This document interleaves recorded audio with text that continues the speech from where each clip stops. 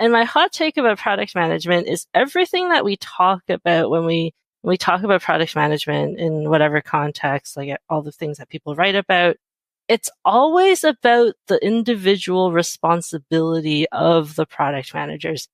We never really talk about the fact that building products is a team sport, but it's never really about, let's take a step back and talk about what we're doing together. The responsibility of the product manager is always to make sure we're heading in the right direction, but it's like your team needs to be on board with this direction. We need to talk about that more.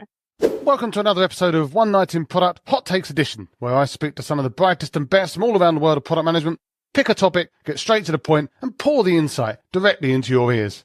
If you want to give that a try, why not head over to onenightinproduct.com/hot and grab a slot, and we'll get insight pouring together. But enough of that for now, and enough of me. Let's get straight to May Wong's Hot Take. So I see a big green plant. I see a suspiciously shady room that looks a little bit darker than it should do, but I also see a person. So why don't you tell the listeners your name, your location, what it is you do, and more importantly, what's your hot take?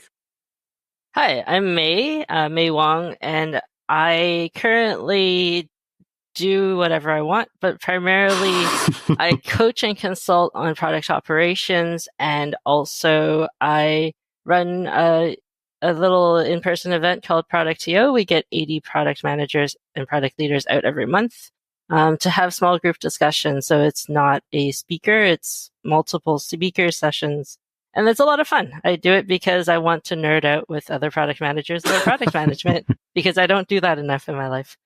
So that's what I do. And my hot take about product management is everything that we talk about when we talk about product management in whatever context, like all the things that people write about, it's always about the individual responsibility of the product managers.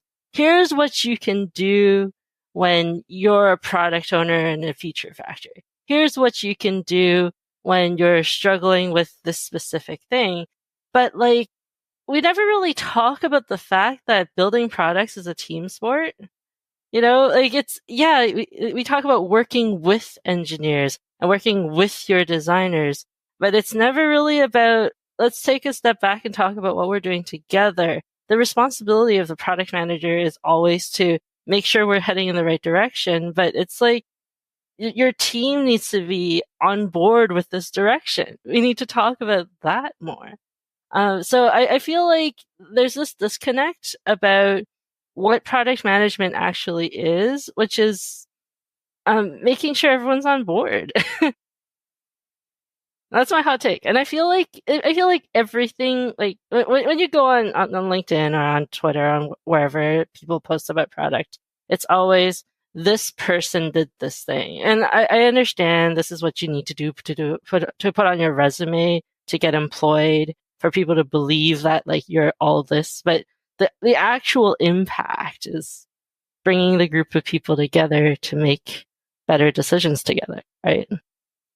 Obviously, I'm not going to sit here and say that there's no place for collaboration and getting everyone on the same page, aligning people, building strategies and all that stuff. But surely, fundamentally, if we're talking about the trade of the person in particular, like they have a certain set of special set of skills that make them a nightmare for people like us, whatever it is. They have a set of skills that they need to develop and talk about. And there are things that they themselves bring to the table. So is it really fair to say that, these product managers are being too individualistic? Or is that just a natural kind of almost just a framing effect? That's just their perspective, but they're still not saying that they're not part of the team.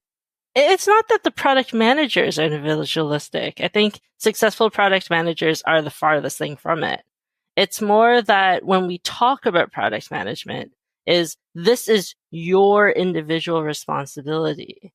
It's not that this is how a product management team works together to make sure that all the product managers on the team can fulfill that responsibility. When you talk to product managers, they say things like, I'm really frustrated because like sales keeps making demands and we're not having conversations. And that's a systemic problem. Or I'm trying to get engineering to understand that we need to do all of these things, but they keep focusing on this one little aspect when I need them to understand the wider subject. And when we talk about how to address that in like advice format, it's always, here's what you can do, as opposed to here's what the team can do to help engineering or sales or marketing or operations understand what product management is.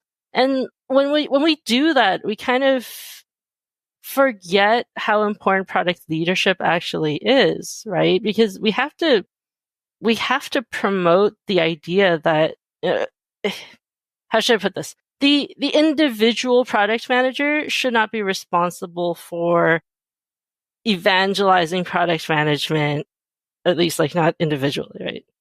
So the idea is to get everyone to understand what product management is, so the multiple product managers can do their jobs easier. And I think if we reframe how we talk about the work that we do, and it's not just I do this, it's here's what I'm responsible for, here's what you're responsible for. How do we want to work together to figure it out? But teams are made up of individuals, right? So, like, again, while I'm never going to sit there and argue against teams working together, again, I'm going to assume that it's not too controversial to sit there and say, okay, well, product managers as a kind of a group collective are talking about some of the practices and the methodologies and frameworks and approaches that they can use to build influence, to, you know, drive alignment and do all of the things. And isn't it just a natural kind of, almost just like a natural consequence of that, the fact that these people need to contribute their end of the deal, right? Like the engineers are going to be contributing their end of the deal. The designers are going to be doing theirs. The sales team that you mentioned, the product managers have a part to play. Is it not natural that as a kind of a collective that we talk about what we need to do to make our part better? But I guess what you're saying is that we need to take it one step further and focus it back on the team rather than just treating it as if the product managers are the superheroes. Exactly. Because when I run these sessions and people say lead a session roadmap, right? And they're talking about how do you do a roadmap. But when they do that, it's always, we need to communicate a specific message to usually sales, that this is coming out next, right? And it's like, that's not really the purpose of getting to the point where you have a roadmap. I'm sure you've had this conversation with Saeed Khan before, where it's like getting to the roadmap is the act of building your strategy, is the act of coming up with the more longer term view of how you get to achieving your strategy, achieving your vision, right? So getting to, but you can't do that as an individual. And I think it's, oh, some people try. And I get so flustered when I talk about this because every time you read something, it's like, here's what you can individually do as a PM. And I think that's important. I think it's important to recognize like what you can individually accomplish, especially within constraints, right? If you don't have a good supportive upper management or product leader or whatever level you might be at. And I think it's reasonable to say, here's what you can do given constraints. And a lot of people are in these situations, fair. But it's also important to address the fact that, you know, if you are in a place with these constraints, it is really important to have a leader who can advocate for you, who is advocating for you, who is trying to change the overall situation where product management actually makes sense in that context. All right, so just a quick message from my sponsor.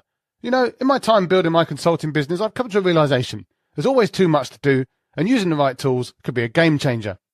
That's why I'm excited to talk about Leadfeeder, a tool that helps you cut through your data and turn your website visitors into solid leads. Leadfeeder shows you which companies are checking out your site, tracks their behavior, and integrates with your CRM. This turns Leadfeeder into a secret weapon for targeted lead engagement and makes it easier for your team to convert website traffic into sales. You can head over to onenightinproduct.com/leadfeeder for a free demo and get a free extended premium trial when you let them know that I sent you. So do remember to mention One Night in Product, the podcast. Check the show notes for more details, but now let's get back to the show. So if we assume then that this point around individualism does ring true, then what are some of the things that you think we should be doing instead? Like, as a collective, again, I mean, I know, as you say, that the individuals are probably doing a fine job, or at least some of them. I'm sure some of them are doing an okay job. I'm sure some, sadly, are not doing that good a job at all. Hopefully we can make them better one way or another. But ultimately, as a collective, what should we be doing, and how should we be framing our message? Because it's not like product managers have like the best PR at the moment in certain circles, right? We're getting shouted at by designers. We're getting shouted at by engineers. We're getting shouted at by tech bros on Twitter. We're getting shouted at by all these different people that say either AI is going to trash us, or we were never really worthwhile in the first place, that we're just a zero interest rate phenomenon or anything like that. So like, as a collective, how should we be messaging to ourselves, and I guess also to the outside world, so that they can see the value that we bring to the teams? I think you said it. It's about the value, right? The purpose. So what of is the value? Come on. How do we encapsulate that? The purpose of product management is to make sure that whatever you do next is valuable in the overall grand scheme of things, that so that you can drive business success, whatever that looks like, right? Because there are non-profit products out there. And I think it's, or hardware, whatever it might be, whatever you're trying to do, what does success look like, right? And having that conversation with people and asking the question, what does success look like for us in the small team, in the slightly bigger team, across the product, across the company? And asking these questions really help people to understand like the actual value that having someone who looks at what success looks like, who defines what, like, at least help define what success could look like in the longer term, also known as strategy. Bringing all that together might help at least people in your organization understand that, right? It's not even just about having that individual person doing that little thing. That helps. That might inspire. But my friend Neil Fajan said that eventually you hit something called the grass ceiling. There's only so far grassroots movements can go if you don't have leadership support, right? And so when we're talking about changing an organization, you can change small bits of it, but without the mandate and the power to actually effectively drive that larger change, to impact that larger change, it's going to be really difficult. And without having that conversation about how we do this together as a collective, not even just a collective, as teams of product managers and teams of people building stuff and teams of people trying to drive what product success is, product growth, all of those things. I think it's important to just say, take a step back and look at what success is, and then talk about that value. But part of the problem is, of course, going back to this kind of the PR problem of product managers, is that many PMs are just it's quite tricky to explain product management, especially if you're in like a non-producty type company, like in a super sales-led, founder-led, industry expert-led organization, where maybe they just think that product managers are there to speed up engineering, or they just think that they're there to write tickets. And, obviously some are in some organizations, but like the very concept of value is a kind of an amorphous thing. So like, if we need to go out there and sell the benefits of product management to some of those stakeholders that maybe are a bit suspicious or don't necessarily see it or anything like that, like what's our best approach to, in a short, snappy, punchy way, say like, this is what I do that you can't do, or that you don't do, or maybe that you don't want to do, that brings value to the table? Because again, I'm all for teams, but they need to understand like what your contribution is, right? Mm-hmm. I think the contribution of product managers or at least a product team, is to bring focused cohesion. So basically, if you have a team of really great engineers, you don't need a product manager in theory. They can just do the thing. But they'll do things that go in all sorts of different directions. And without that focus to say, we're going to build things that bring us towards that goal. Now, how do you get to that focus, right? You can have the CEO say, okay, we're going here, but eventually you grow and scale to the point where you can't like that's not feasible anymore. You also need to defend your vision against, the giant potential customers who want to take over your roadmap. And so I think it's really important to have someone whose responsibility it is to ensure that, we're looking at long-term growth. And it's a balance, right? It's not just we're here to take over the roadmap and you're going to do everything we say. It's more, let's make sure what we're doing makes sense. Let's make sure we're talking about what success looks like so we can learn and iterate. And it's really just that classic idea of what business is. If you think back to like the olden days or whatever it might be, I don't know, it's old to me. If you think back to the olden days of business, right? There is probably someone there who's responsible for the business success. So what does business success look like, or business success look like in a product world? Who's responsible for that? I mean, you could say the CEO is, but the CEO doesn't have time. Well, it should obviously be the product managers, and that's something that we'll be aggressively pushing for through the rest of the year. But we're not going to solve it all today. But if people want to chat to you after this and they do want to maybe noodle on how to solve this with you or just generally catch up, where can they do that? I'm on LinkedIn a lot, often, always on LinkedIn. I am a part of the product conversations that is on LinkedIn Live every Friday. So if you want to join us, it's a lot of fun. Well, there you go. Hopefully some people will do that. Well, May, it's been a pleasure. Thank you for your hot take. Thank you.